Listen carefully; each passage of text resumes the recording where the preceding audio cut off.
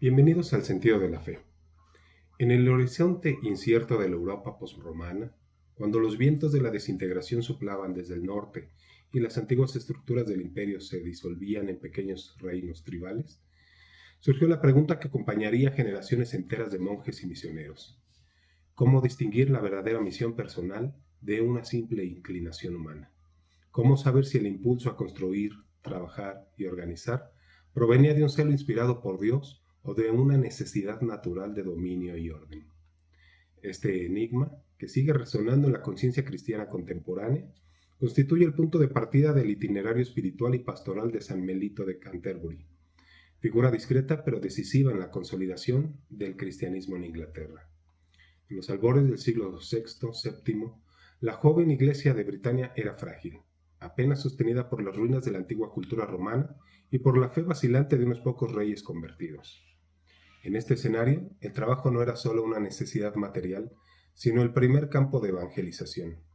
Regular éticamente el trabajo comunitario significaba construir, en miniatura, una nueva civilización fundada no en la fuerza tribal, sino en la comunión eclesial. Por eso la misión de Melito no puede comprenderse como la historia de un obispo administrativo, sino como la encarnación de una teología del trabajo, donde cada gesto de orden, cada acto de obediencia, cada estructura erigida, era una respuesta al plan de Dios en medio del caos. Toda misión personal nace de un discernimiento que atraviesa la oscuridad. En el caso de Melito, este discernimiento se desplegó en una época donde los signos de la fe auténtica se confundían fácilmente con los de la ambición humana. Había terminado la era de los mártires y comenzaba la era de los constructores. Tras la paz constantiniana, el cristianismo se había vuelto visible y socialmente poderoso, pero también vulnerable a la tentación de la mundanización. Los monasterios surgían como refugios de estabilidad, pero también como laboratorios de una nueva economía espiritual, la del ora et labora, donde el trabajo manual y la oración se entretejían en un único ritmo de santificación. Mellito, formado en este ambiente, encarnó una sensibilidad gregoriana, impregnada por la visión de San Gregorio Magno, quien veía en la misión no un triunfo político, sino una pedagogía del amor ordenado. Carlomagno, carta 9, 56. Cuando fue enviado a Britania en el 601, junto a otros monjes romanos, llevaba consigo no solo libros y ornamentos litúrgicos, sino un modo de vida que debía convertirse en semilla de civilización. En la historia eclesiástica de los ingleses, Beda relata que Mellito fue enviado a Britania para ayudar a Agustín en la obra del Verbo, lo cual indica que su misión personal no era de protagonismo, sino de colaboración obediente. Esa actitud profundamente eclesial prefigura el sentido más auténtico del discernimiento: no buscar el brillo propio, sino ajustarse al compás del Espíritu en la Iglesia. El sensus fidei, esa connaturalidad espiritual con las cosas de Dios que se da en el corazón del creyente, actuó en Mellito como una brújula invisible. No se manifestó en arrebatos emocionales ni revelaciones privadas, sino en la certeza serena de que obedecer a la Iglesia romana es obedecer a Cristo mismo. De ahí que su fidelidad a la liturgia, a la disciplina y al modelo monástico romano no fuera una rigidez cultural, sino una forma de caridad. Solo lo que permanecía unido a Roma podía permanecer unido a Cristo. Para comprender el peso espiritual del trabajo en la vida de Mellito, es necesario mirar el contexto histórico en el que él actuó. En los reinos anglosajones, el trabajo era una actividad socialmente estratificada y religiosamente marcada. Las labores agrícolas, artesanales o domésticas estaban vinculadas a ritos paganos que invocan la fecundidad de la tierra o la protección de los dioses tribales. Por eso, cristianizar el trabajo implicaba purificar el corazón del hombre y transformar la cultura desde su raíz. Melito, siguiendo la tradición monástica, no impuso un código de producción, sino una visión teológica del esfuerzo humano. El trabajo debía ser una cooperación humilde con la obra creadora, no una forma de autoafirmación. En su comunidad de Canterbury, la regulación ética del trabajo servía a un doble propósito: mantener la estabilidad interna y dar testimonio externo de un orden superior. Beda escribe que los monjes llevaban una vida celeste en la tierra, dedicados a la alabanza celestial y al trabajo manual. Esta frase aparentemente simple encierra una profunda antropología. El trabajo se convierte en liturgia, y la liturgia en trabajo. El discernimiento de Mellito no fue cuestión de intuiciones subjetivas, sino una lectura orante de los signos de los tiempos. Supo ver en un contexto de violencia y fragmentación el mayor testimonio cristiano no sería la predicación espectacular, sino la constancia en el trabajo bien hecho. En ello se revela su fidelidad a lex orandi, lex credendi. La manera de orar determina la manera de creer y la manera de trabajar refleja ambas. En la organización del monasterio, la administración de los recursos, la enseñanza de los conversos y atención a los pobres, Mellito configuró un modelo donde el orden comunitario era la encarnación práctica de la fe.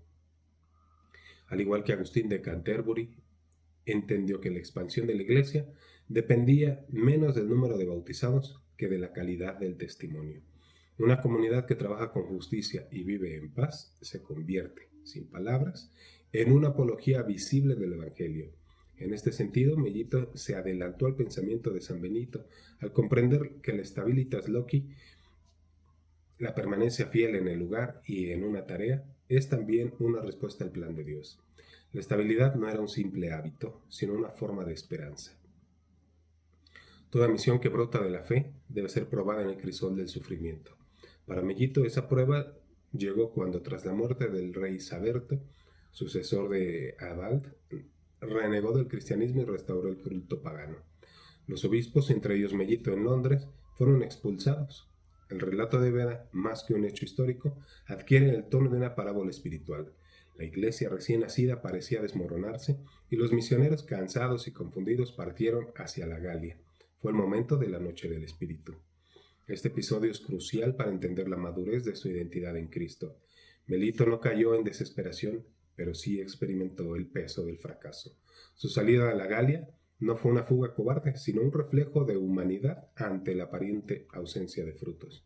Sin embargo, la llamada al regreso, transmitida por el arzobispo Lorenzo tras una severa admonición divina, marcó un punto de inflexión.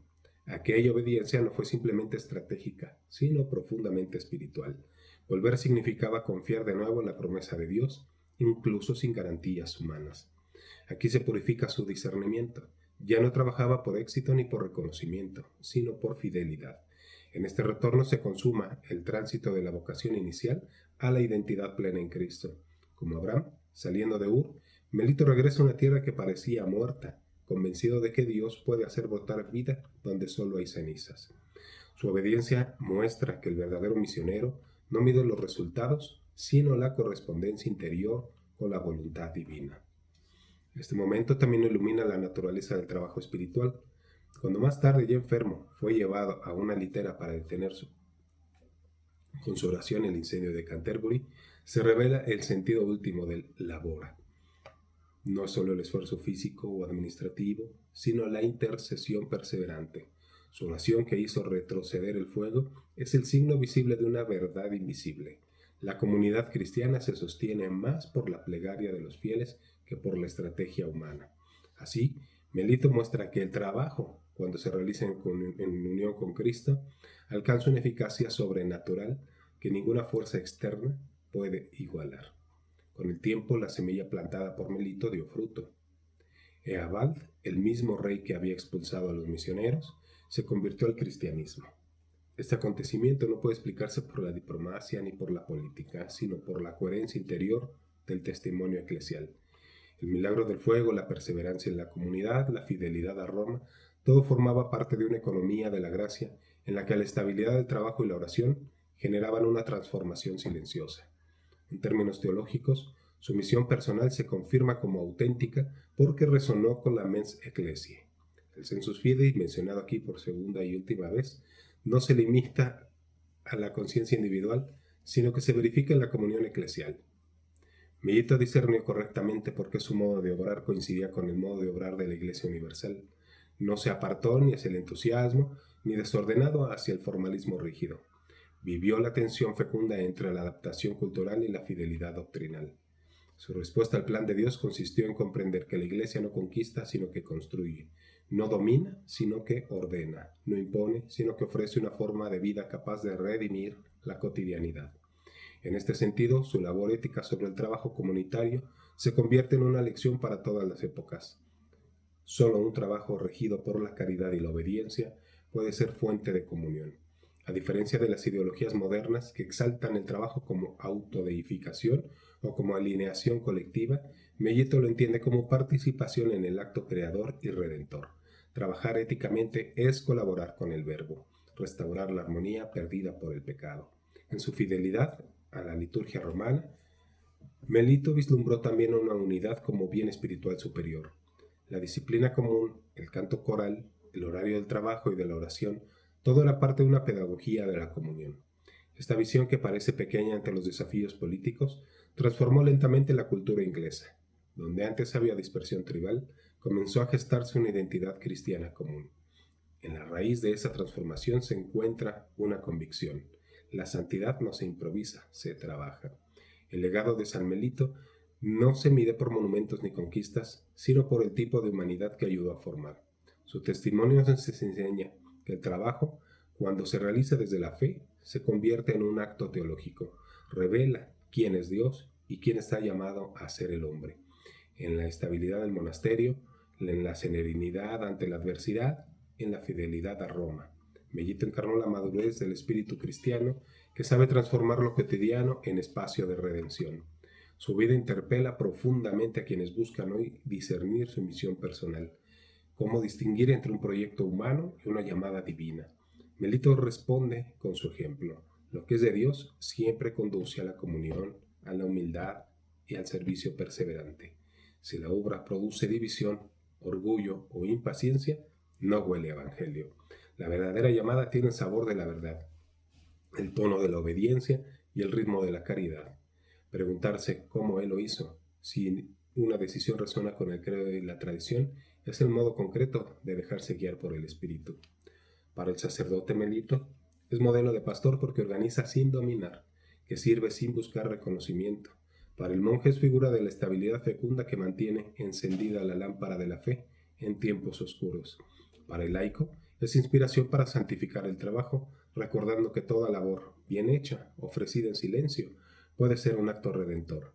Y para la Iglesia entera es memoria viva de que la reforma comienza en el corazón, no en las estructuras. En una época como la nuestra, donde el trabajo se fragmenta y la identidad se diluye, la figura de Melito recuerda que la verdadera eficacia no proviene de la productividad, sino de la fidelidad. La ética cristiana del trabajo no consiste en hacer más, sino en hacer lo que Dios pide, cuando lo pide y como lo pide. Esta fidelidad transforma el esfuerzo cotidiano en una forma de oración y convierte a las obras humanas en instrumentos de gracia. Así la comunidad cristiana se convierte una vez más en signo de esperanza para un mundo dividido. Beda lo resume con sobriedad, cito textualmente: después de muchos trabajos, Melito descansó en el Señor, dejando a sus sucesores ejemplos de paciencia y disciplina. Cierro cita. Esa disciplina, lejos de ser mera norma, fue su manera de amar. En ella se unieron el trabajo manual y la oración constante y la obediencia eclesial, componiendo una sinfonía de estabilidad que aún resuena en la historia. Melito comprendió que el sentido último del trabajo no está en el resultado visible, sino en la transformación interior del trabajador. En su enfermedad final, llevado en litera, continuó siendo pastor, intercesor y servidor. Allí donde sus fuerzas humanas se agotaban, su espíritu seguía trabajando. Su vida entera puede resumirse en esta paradoja: el misionero más eficaz fue el que trabajó desde la debilidad, el que oró creyendo cuando ya no podía actuar. Y así, Melito, ejerciendo el sentido de la fe, pudo cantar con San Pablo: ya no soy yo quien vive, sino Cristo que vive en mí. Por la gracia alcanzó la restauración de la imagen y semejanza con el Verbo, transformando desde el corazón de la Iglesia no solo su vida, sino también las realidades temporales en la historia de la humanidad. Gracias por llegar hasta aquí. Que Dios nos bendiga y la Santísima Virgen de Guadalupe interceda por todos nosotros.